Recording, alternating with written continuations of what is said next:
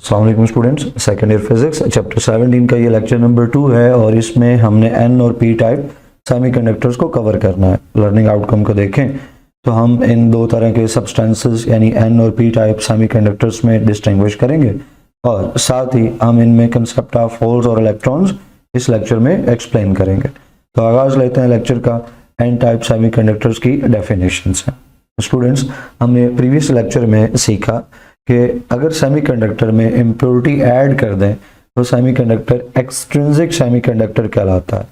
अब जो इम्प्योरिटी हमने ऐड की है वो इम्प्योरिटी अगर हम पीरियोडिक टेबल में ग्रुप नंबर 5 में मौजूद एलिमेंट से ऐड करें तो वो इम्प्योरिटी पेंटावैलेंट इम्प्योरिटी होगी। क्यों? क्योंकि ग्रुप 5 के जो एलिमेंट्स हैं उनके आउटर मोस्ट शेल के अंदर स्टूडेंट्स में वो 5 इलेक्ट्रॉन्स होते हैं, तो ग्रुप 5 के एलिमेंट्स में वो पेंटावैलेंट कहलाते हैं।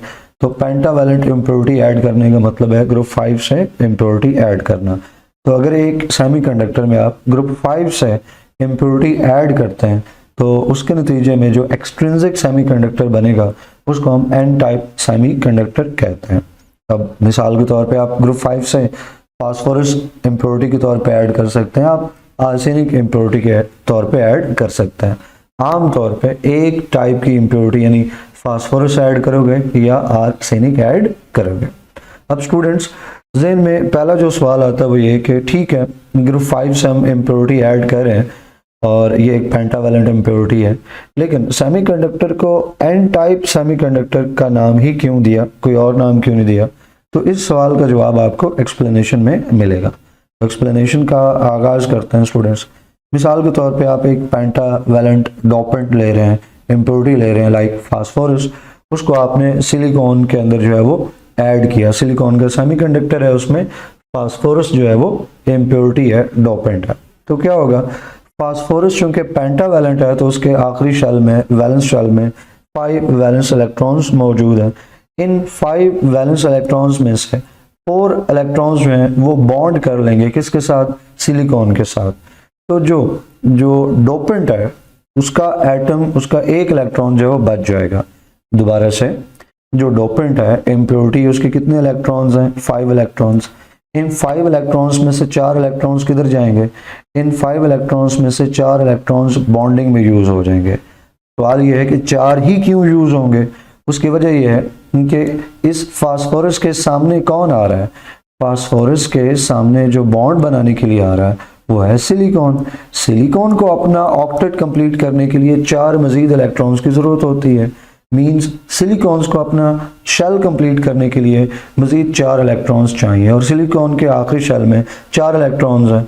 तो इसका नतीजा ये निकला कि सिलिकॉन अपने चारों इलेक्ट्रॉन्स जो हैं वो शेयर करना चाहेगा नेबरिंग एटम्स के साथ। आपने इम्प्योरिटी ऐड कर दी फास्फोरस की, उसके पास हैं 5 इलेक्ट्रॉन्स, सिलिकॉन जो है उसके पास 4 हैं।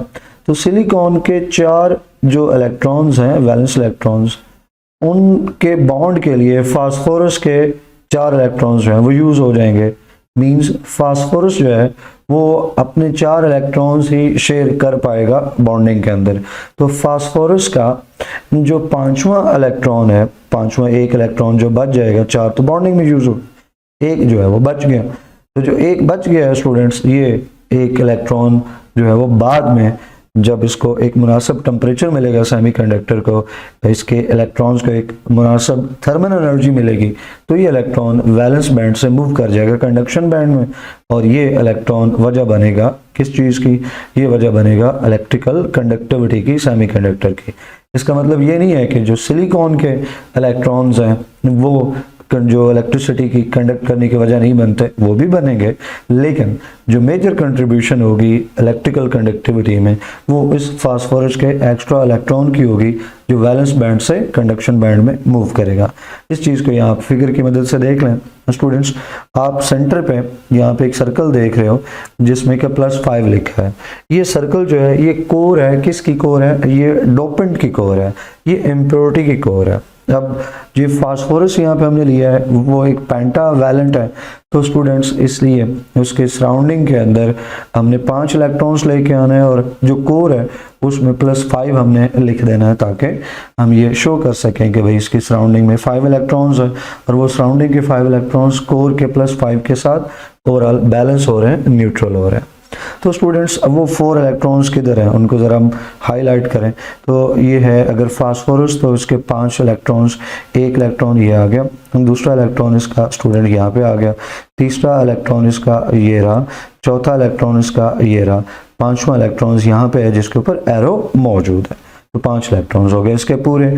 अब 5 इलेक्ट्रॉन्स में से 4 इलेक्ट्रॉन्स इसके शेयर हो रहे हैं, तो यहाँ पे देखें एक इलेक्ट्रॉन जो है वो शेयर हो गया, यहाँ पे एक और इलेक्ट्रॉन जो है फास्फोरस का नेबरिंग एटम के साथ शेयर हो गया, और यहाँ पे एक और इलेक्ट्रॉन जो है वो शेयर हो गया, और चौथा इलेक्ट्रॉन जो है वो यहाँ पे शेयर हो रहा है फास्फोरस का, और पांचवा जो है इलेक्ट्रॉन फास्फोरस का ये बच गया है, जिसके ऊपर एरो लगा के हमने लिख दिया कि ये अनबॉन्डेड इलेक्ट्रॉन है, मींस ये फ्री इलेक्ट्रॉन है। और ये फ्री इलेक्ट्रॉन किसने डोनेट किया? ये डोपेंट ने डोनेट किया। ये फ्री इलेक्ट्रॉन इम्प्योरिटी से आया है, तो वहां से 5 इलेक्ट्रॉन्स थे तो बच गए। अब इसी को हम सिंप्लीफाई करके भी लिख सकते हैं। यहाँ पे स्टूडेंट्स जो डोपेंट है उसकी कोर को सेंटर में प्लस के साथ जो है वो लिख दिए, उसकी सराउंडिंग में जो एम्प्टी सर्कल्स हैं, ये जो होस्ट की कोर्स हैं, होस्ट एटम्स हैं, सिलिकॉन के एटम्स हैं, उनको रिप्रेजेंट कर रहे हैं। और आप गौर कीजिए कि जो हमने डोपेंट का एटम शो किया, डोपेंट की कोर शो की, उसके साथ एक ब्लैक सर्कल यहाँ पे लगाया है उसके करीब, जो कि हम शो कर रहे हैं कि भाई ये एक वो इलेक्ट्रॉन है इसका पेंटावैलेंट डोपेंट का, जो कि बॉन्डिंग में यूज नहीं हुआ, ये बच गया, तो वो फ्री इलेक्ट्रॉन है।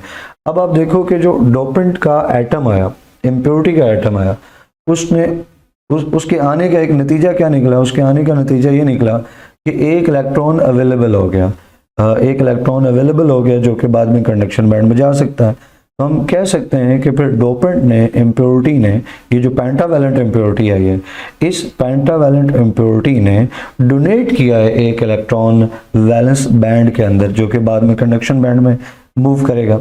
लेकिन जो इम्प्योरिटी है उसने एक इलेक्ट्रॉन प्रोवाइड किया, तो इम्प्योरिटी यानी डोपेंट जो है वो आपका डोनर एटम कहलाएगा। आप उसको यहाँ पे लेबल कर रहे हो डोनर कोर के तौर पे, क्योंकि ये जो ब्लैक में डॉट है इलेक्ट्रॉन है, ये इस डोनर कोर से आया। तो ये चीज़ यहाँ पे आप देख सकते हो कि जो 5वां इलेक्ट्रॉन है पेंटावैलेंट इम्प्योरिटी का, वो अपने एटम के साथ लूजली बॉन्ड रहेगा। वो है तो अपने एटम की सराउंडिंग में, जैसे यहाँ पे शो किया है, और ये चूंकि बॉन्ड बनाने में शामिल नहीं हुआ, तो अपने ही एटम के सराउंडिंग में ये रिवॉल्व कर रहा है। जैसे ही थोड़ी सी एनर्जी इन्वायरमेंट से इसको मिलेगी, ये इलेक्ट्रॉन जो है फॉरन वैलेंस बैंड से कंडक्शन बैंड में मूव कर जाएगा। तो आपने देखा कि जो इम्प्योरिटी एटम्स हैं, in case of pentavalent impurity, तो जो इम्प्योरिटी एटम्स हैं उन्होंने इलेक्ट्रॉन्स कंट्रीब्यूट किए, डोनेट किए। ये इलेक्ट्रॉन्स वैलेंस बैंड से मूव कर जाएंगे कंडक्शन बैंड में, लिहाजा इम्प्योरिटी, पेंटावैलेंट इम्प्योरिटी एटम्स को आप डोनर एटम्स का नाम देते हो। आप ये भी गौर करो कि एक इलेक्ट्रॉन आया है, क्या इस इलेक्ट्रॉन के सामने कोई होल भी क्रिएट हुआ? तो जवाब है कि नहीं। जो डोनर कोर है या डोनर इम्प्योरिटी है, उसने इलेक्ट्रॉन्स प्रोवाइड किया बगैर किसी होल के। तो इसका मतलब ये हुआ कि ओवरऑल इलेक्ट्रॉन्स का नंबर जो है वो बढ़ जाएगा होल्स के मुकाबले में। क्यों? जब तक कोई सेमीकंडक्टर प्योर सेमीकंडक्टर है, तो एक प्योर सेमीकंडक्टर जो है उसमें कोवेलेंट बॉन्ड के टूटने पे जो इलेक्ट्रॉन फ्री होता है, वो इलेक्ट्रॉन ऊपर चला जाता है, और उस जगह पे जहाँ से वो इलेक्ट्रॉन निकला है एक होल क्रिएट हो जाता है। तो जब एक सेमीकंडक्टर प्योर सेमीकंडक्टर है, उस प्योर सेमीकंडक्टर में जितने फ्री इलेक्ट्रॉन्स होंगे उतने ही जो है स्टूडेंट्स फ्री होल्स भी होंगे। तो प्योर सेमीकंडक्टर में नंबर ऑफ इलेक्ट्रॉन्स और नंबर ऑफ होल्स बैलेंस रहता है, इक्वल रहता है। लेकिन जैसे ही आप इम्प्योरिटी ऐड करते हो, तो या तो इलेक्ट्रॉन्स का नंबर बढ़ जाएगा या होल्स का नंबर बढ़ जाएगा, डिपेंडिंग अपॉन कि आपने कौन सी इम्प्योरिटी ऐड की है। जैसा कि यहाँ आपने देखा कि स्टूडेंट्स जो हमने इम्प्योरिटी ऐड की वो एक पेंटावैलेंट इम्प्योरिटी है। पेंटावैलेंट इम्प्योरिटी में एक एटम से, एक डोनर एटम से, एक आप कह लो कि इम्प्योरिटी के एटम से एक इलेक्ट्रॉन मिल गया। तो जो सेमीकंडक्टर है उसके अपने जब बॉन्ड्स टूटेंगे तो उससे इलेक्ट्रॉन्स और होल्स मिलेंगे। लेकिन जो डोनर हमने ऐड किया, जो इम्प्योरिटी ऐड की, वो सिर्फ इलेक्ट्रॉन्स प्रोवाइड कर रहा है।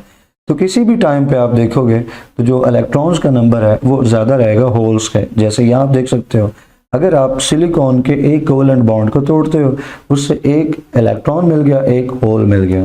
तो अब अगर हम डोनर ना कंसिडर करें, इम्प्योरिटी ना कंसिडर करें, तो फिर तो इलेक्ट्रॉन और होल हो गया बराबर। लेकिन चूंकि आपने इम्प्योरिटी ऐड की है पेंटावैलेंट, उससे इलेक्ट्रॉन्स आ रहे हैं, तो इलेक्ट्रॉन्स का नंबर जो है फिर क्या हो गया, अगर डोनर आप एक एटम लेते हो उससे एक इलेक्ट्रॉन आ जाएगा। तो एक इलेक्ट्रॉन बॉन्ड के टूटने से आया था, एक इलेक्ट्रॉन डोनर से आया, तो दो इलेक्ट्रॉन्स हो गए। लेकिन चूंकि बॉन्ड एक ही टूटा था और एक बॉन्ड टूटने से एक ही होल क्रिएट हुआ था, तो होल जो है वो एक ही रहेगा। तो इस तरह से जब आप पेंटावैलेंट इम्प्योरिटी ऐड कर रहे हो, पेंटावैलेंट इम्प्योरिटी चूंकि सिर्फ इलेक्ट्रॉन्स डोनेट करती है, लिहाजा इलेक्ट्रॉन्स का नंबर होल से ज़्यादा रहेगा। तो पेंटावैलेंट इम्प्योरिटी ने इलेक्ट्रॉन्स डोनेट किए without producing any holes in valence band. अगर वैलेंस बैंड में होल्स क्रिएट होते हैं तो ये होल्स वो होंगे जो सिलिकॉन के कोवेलेंट बॉन्ड्स के टूटने के नतीजे में बनेंगे, और उसमें फिर अगर होल्स बनते हैं तो इलेक्ट्रॉन्स भी बनेंगे। वो इलेक्ट्रॉन्स फिर ऊपर चले जाएंगे कंडक्शन बैंड में, और 7 इलेक्ट्रॉन्स जो हैं वो इम्प्योरिटी से भी आ रहे हैं। अगेन इम्प्योरिटी की वजह से इलेक्ट्रॉन्स का नंबर होल से ज़्यादा रहेगा in case of N type of semiconductors. Relation अगर हम लेके आए इसका टेम्परेचर के साथ, तो स्टूडेंट जब लो टेम्परेचर है तो जो डोनर एटम है उसका जो एक इलेक्ट्रॉन है जो बॉन्ड बनाने में शामिल नहीं हुआ, जो उसका अनबाउंड फ्री इलेक्ट्रॉन है, वो अभी अपने एटम के साथ ही मौजूद है, अपने एटम के करीब मौजूद है, एटम से वो दूर नहीं गया है। हम कहते हैं कि डोनर एटम ने अपने उस एक्स्ट्रा इलेक्ट्रॉन को लूज नहीं किया। इसका मतलब है कि डोनर एटम जो है वो अभी आयोनाइज नहीं है, क्योंकि कोई एटम जब अपना इलेक्ट्रॉन लूज करता है तो हम कहते हैं उसमें आयोनाइजेशन हो गई। तो डोनर लो टेम्परेचर पे वो एक्स्ट्रा जो इलेक्ट्रॉन है वो अपने डोनर एटम के साथ ही मौजूद है। तो लो टेम्परेचर पे डोनर एटम जो है वो आयोनाइज्ड नहीं है, लिहाजा लो टेम्परेचर पे सिलिकॉन के अपने कोवेलेंट बॉन्ड्स तो टूटते नहीं हैं। लिहाजा हम कह सकते हैं कि जो कंडक्शन बैंड है उसमें किसी तरह का कोई इलेक्ट्रॉन अभी मौजूद नहीं है, तो कंडक्शन बैंड है एम्प्टी।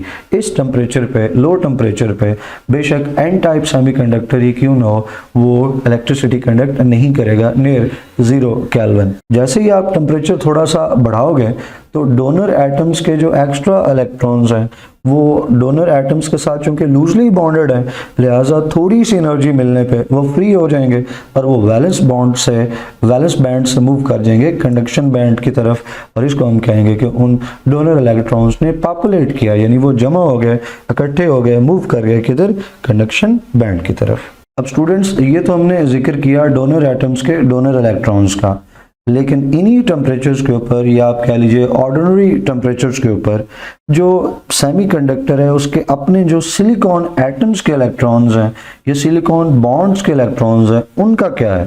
तो अगर हम उनको भी साथ रेफर कर दें तो हमारी बात जो है मुकम्मल हो जाएगी।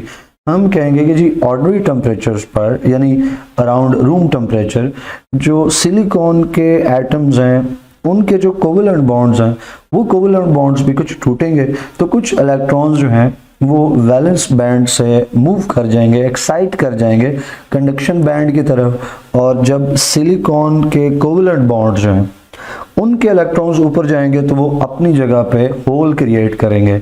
यानी जिस तरह से हमने प्रीवियस लेक्चर में समझा कि एक प्योर सेमीकंडक्टर, एक इंट्रिंसिक सेमीकंडक्टर जो है वो इलेक्ट्रॉन्स और होल्स जो है वो जनरेट करता है, हम उसी प्रोसेस का जिक्र कर रहे हैं। एक इंट्रिंसिक प्रोसेस हो रहा है जिसमें कि सिलिकॉन टू सिलिकॉन जो कोवेलेंट बॉन्ड बना हुआ है वो टूटा, और वहाँ से इलेक्ट्रॉन्स जो हैं वो फ्री होके किधर चले गए, कंडक्शन बैंड में, और पीछे उन्होंने क्या छोड़ दिया, होल क्रिएट कर दिए, होल्स छोड़ दिए।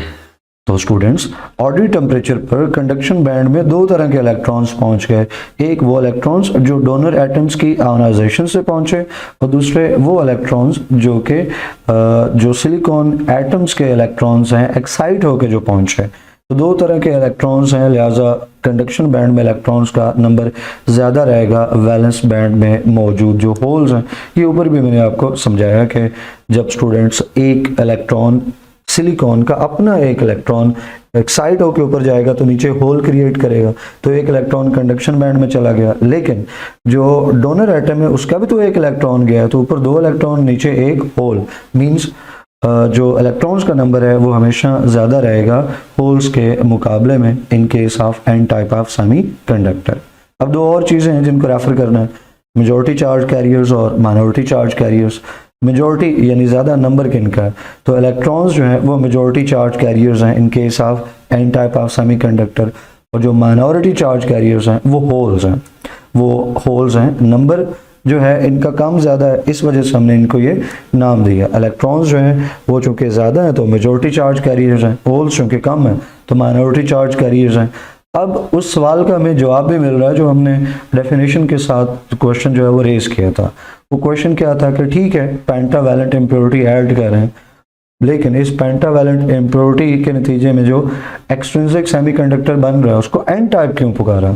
तो एन जो है वो स्टूडेंट्स स्टैंड करता है नेगेटिव के लिए, क्योंकि पेंटावैलेंट इम्प्योरिटी ऐड करने पर जो सेमीकंडक्टर है उसमें नेगेटिव चार्ज कैरियर्स इलेक्ट्रॉन्स ज़्यादा हो गए हैं, तो इस वजह से हम इस तरह के एक्सट्रिंसिक सेमीकंडक्टर को एन टाइप एक्सट्रिंसिक सेमीकंडक्टर पुकारते हैं। एन जो है यहाँ पे नेगेटिव को रेफर कर रहा है क्योंकि जो मेजॉरिटी चार्ज कैरियर्स हैं जिनका नंबर ज़्यादा है वो नेगेटिवली चार्ज इलेक्ट्रॉन्स हैं। स्टूडेंट्स अब हम मूव करेंगे पी टाइप सेमीकंडक्टर्स की तरफ, तो उसी तरह यहाँ पे भी पहले इनको डिफाइन कर देंगे। तो एक ऐसा एक्सट्रिंसिक सेमीकंडक्टर जिसमें के जो डोपिंग की गई है, जो इम्प्योरिटी ऐड की गई है वो एक ट्राईवैलेंट एलिमेंट की है, एक ट्राईवैलेंट ग्रुप 3 से इम्प्योरिटी ऐड की गई है, तो उसके नतीजे में जो एक्सट्रिंसिक सेमीकंडक्टर बनेगा वो पी टाइप सेमीकंडक्टर कहलाएगा। अब इसमें जो इम्प्योरिटी है, मिसाल के तौर पे आप बोरॉन ऐड कर सकते हैं, एल्युमिनियम ऐड कर सकते हैं ग्रुप 3 से, ये ग्रुप 3 से बिलोंग करते हैं, लिहाजा इनके आखिरी शेल में 3 इलेक्ट्रॉन्स हैं, लिहाजा ये ट्राईवैलेंट एलिमेंट्स कहलाएंगे। अब इसके मुतल्लिक बाकी बातें हम एक्सप्लेनेशन की हेडिंग में कवर करेंगे, और एक्सप्लेनेशन में भी पहले हम जाके डायग्राम को देखेंगे ताकि हमें बाद में थ्योरी वाली चीज़ें आसानी से समझ आ सकें। तो स्टूडेंट्स यहाँ आप फिगर में देख सकते हो कि सेंटर पे आपको इम्प्योरिटी की कोर नज़र आ रही है। ये चूंकि हम ट्राईवैलेंट एक इम्प्योरिटी ऐड कर रहे हैं, ट्राईवैलेंट का मतलब है कि उसके आखिरी शेल में 3 इलेक्ट्रॉन्स हैं, लिहाजा जो कोर है उसमें हम +3 ऐड कर देंगे। अगर हम इस ट्राईवैलेंट कोर के वैलेंस इलेक्ट्रॉन्स को तलाश करें तो स्टूडेंट्स एक वैलेंस इलेक्ट्रॉन इसका ये रहा, दूसरा वैलेंस इलेक्ट्रॉन यहाँ पे आ गया और तीसरा वैलेंस इलेक्ट्रॉन यहाँ पे आ गया। अब अगर आप गौर करो तो इस कोर के सराउंडिंग में होस्ट के जो एटम्स हैं वो मौजूद हैं, लाइक वो सिलिकॉन हो सकता है, जर्मेनियम हो सकता है। अब सिलिकॉन का एक एटम या जर्मेनियम का एक एटम जो है वो बॉन्ड बनाना चाहता है 4, कि उसके आखिरी शेल में 4 इलेक्ट्रॉन्स हैं और उसे अपना वैलेंस शेल कंप्लीट करने के लिए अपने चारों इलेक्ट्रॉन्स को शेयर करना है ताकि वो अपना ऑक्टेट कंप्लीट करे और जो है वो अपना वैलेंस शेल कंप्लीट कर सके।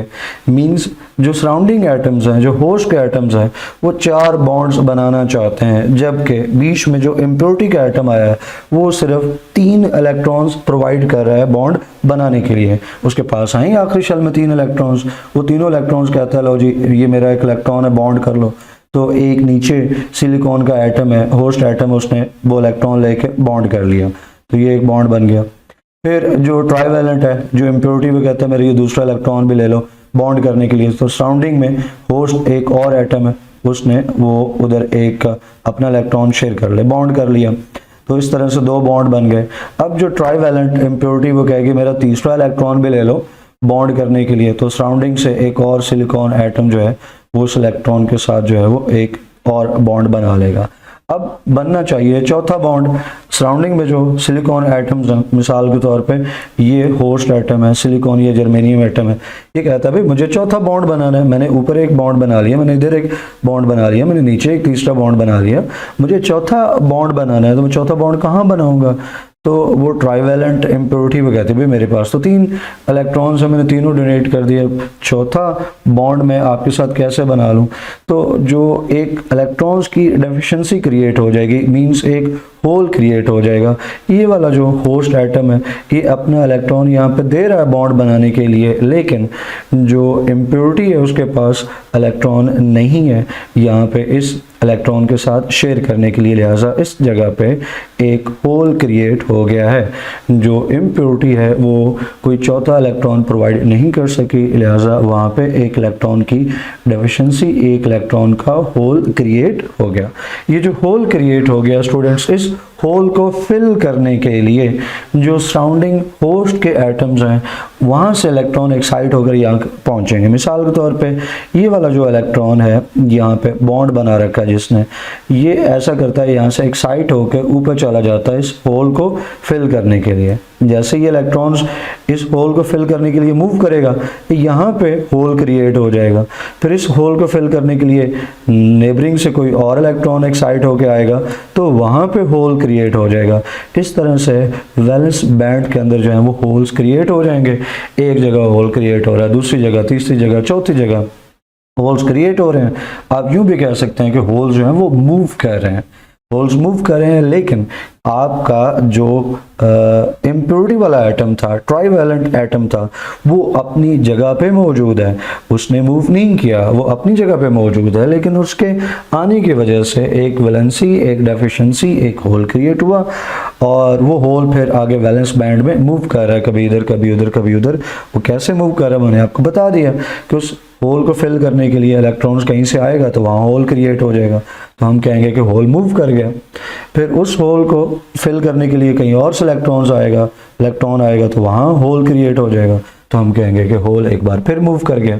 तो वैलेंस बैंड में होल मूव कर रहा है, लेकिन जो इम्प्योरिटी का एटम है वो अपनी जगह पे मौजूद है, बाउंड है। तो इस तरह से ये जो ट्राइवैलेंट इम्प्योरिटी आई है इसका इम्पैक्ट ये निकला है कि वैलेंस बैंड में होल क्रिएट हो गया है। अब ये सोचो, क्या होल तो क्रिएट हुआ है, क्या कोई इलेक्ट्रॉन फ्री हुआ है? तो इसका जवाब है नहीं, इलेक्ट्रॉन कोई फ्री नहीं हुआ, लेकिन होल क्रिएट हो गया।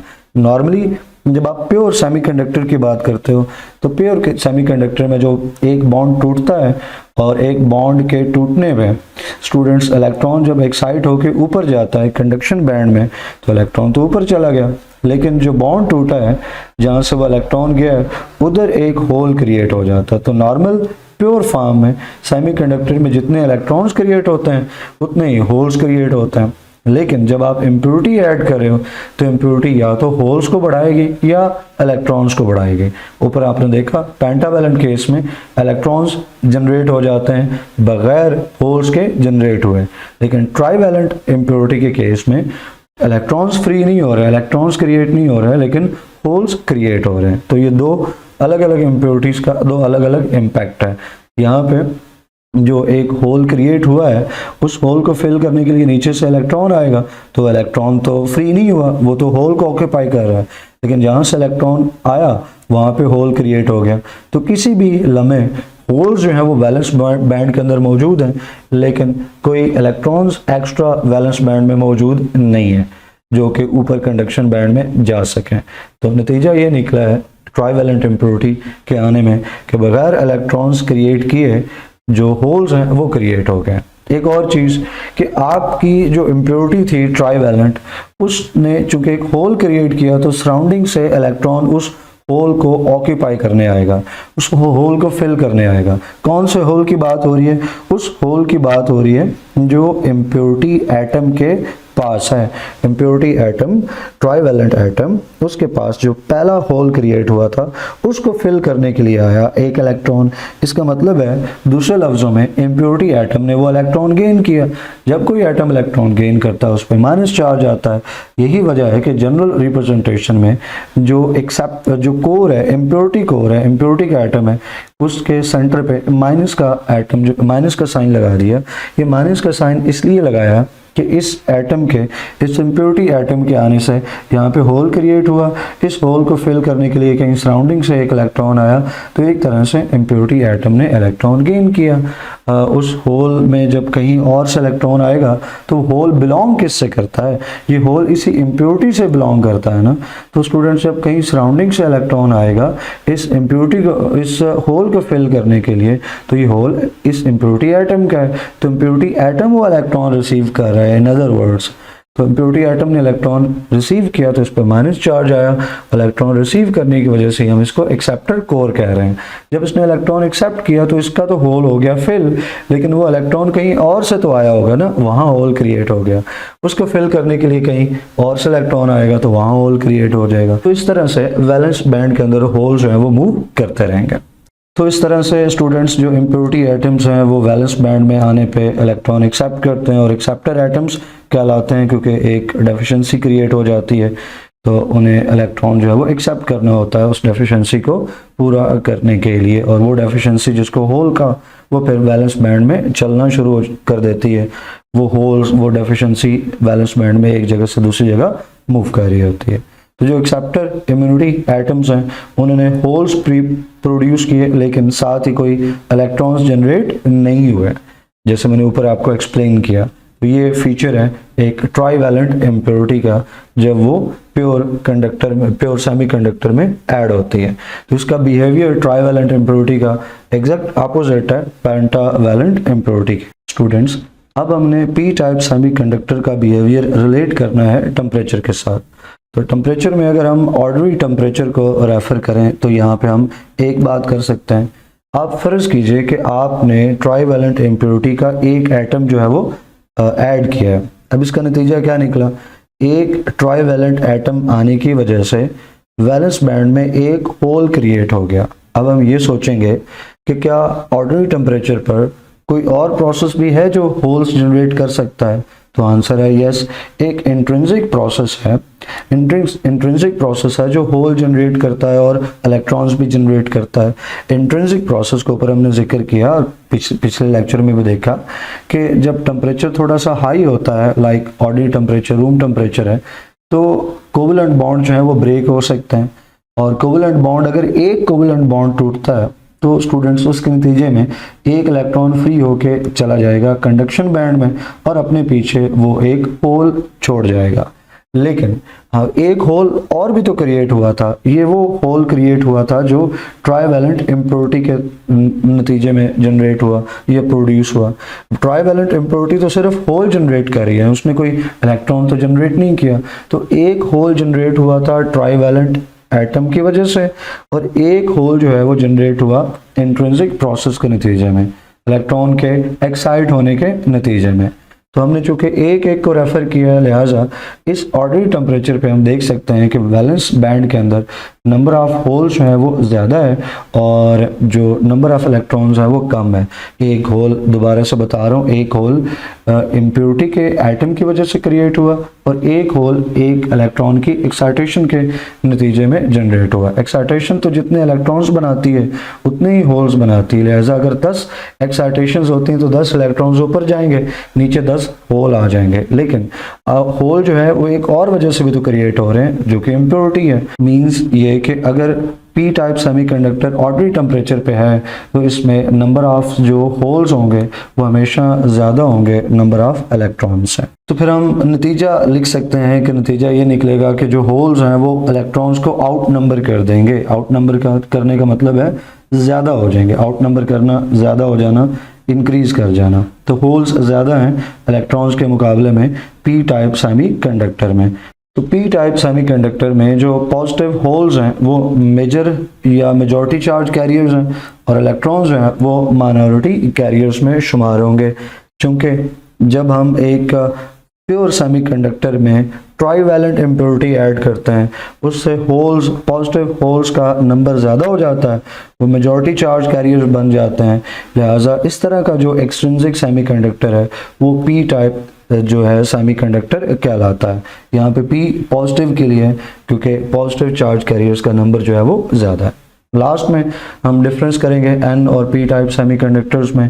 शॉर्ट क्वेश्चन के तौर पे अगर आ जाए तो हमने क्या मेंशन करना है, तो हम 3 कॉलम बना लेंगे, एक प्रॉपर्टी का, एक N टाइप के लिए, एक P टाइप के लिए।